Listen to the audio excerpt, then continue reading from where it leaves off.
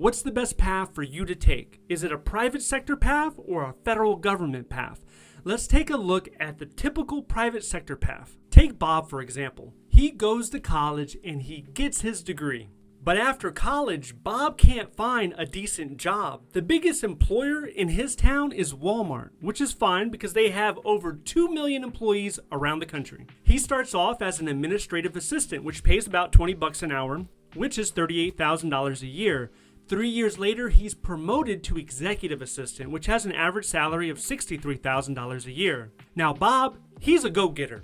He's not just satisfied with doing the bare minimum.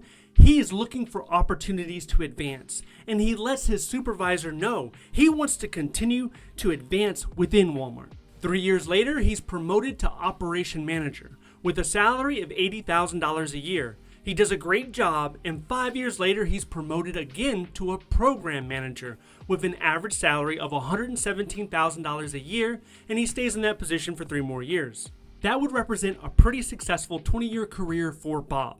And the same could be said if he decided to work at Amazon. Amazon's number 2 below Walmart when it comes to private sector employers.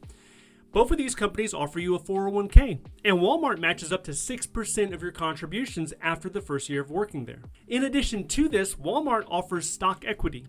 So anytime you buy Walmart stock, they could match you up to 15%. And Walmart stock, it's been doing pretty well lately. In the last 5 years, we're looking at around a 70% increase. But this is assuming that Bob is actually buying the stock.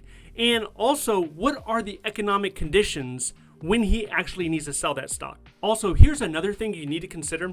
When you're looking at job positions on Walmart.com, when you start to look at the senior level positions, the managerial positions, they're looking for extensive experience. It could be 7 years, 8 years of experience in one area. You will not see that in any government job announcement. Usually what you will see is 12 months of specialized experience, and that's it. Okay, now let's compare that with Billy, who decides to take a federal government career path. He still graduates from college, but then he accepts a GS7 position as an administrative assistant in the Department of Agriculture, starting off at $46,000 a year. Billy is pretty smart because he accepted a ladder position, meaning he's a GS7 now, but in 12 months, he's eligible for GS9, which in his town earns him $57,000 a year. As a GS9, he decides to take a few years to build up his proficiency, to build up his confidence, and then he targets a GS11 position in the same job series, which is the 0301 series. He then accepts an administrative support specialist position with the General Services Administration, which has a starting salary of $69,000 a year. This is another ladder position, and after 12 months, he would be eligible for GS12.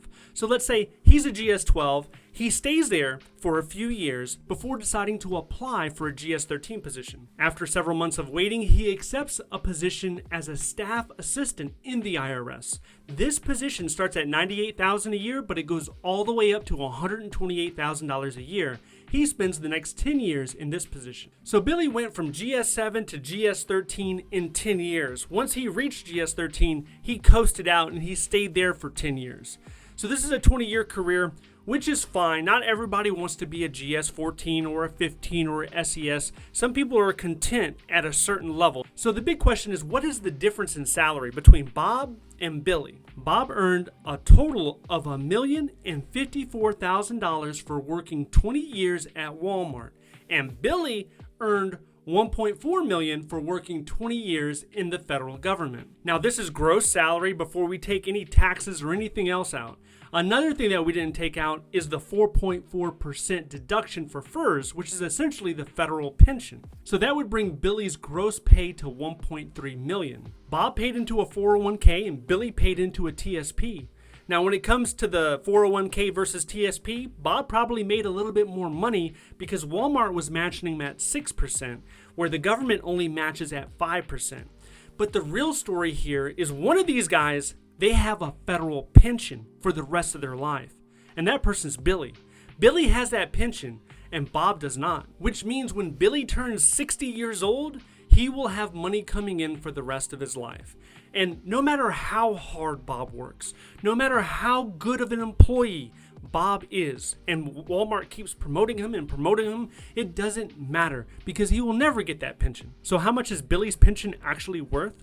Well, if we take $115,000 times 20 years times 1%, that is $23,000 a year, or about $1,900 a month. That is almost $2,000 extra on top of Social Security, on top of his TSP, that he's able to use for whatever reason he wants. This is a difference many people do not realize, many people do not place a value on, because we're not thinking of ourselves when we're 60 or 70 years old. We don't understand how much we will value financial security when we get to that age. Now, this isn't the same for every private sector job, obviously.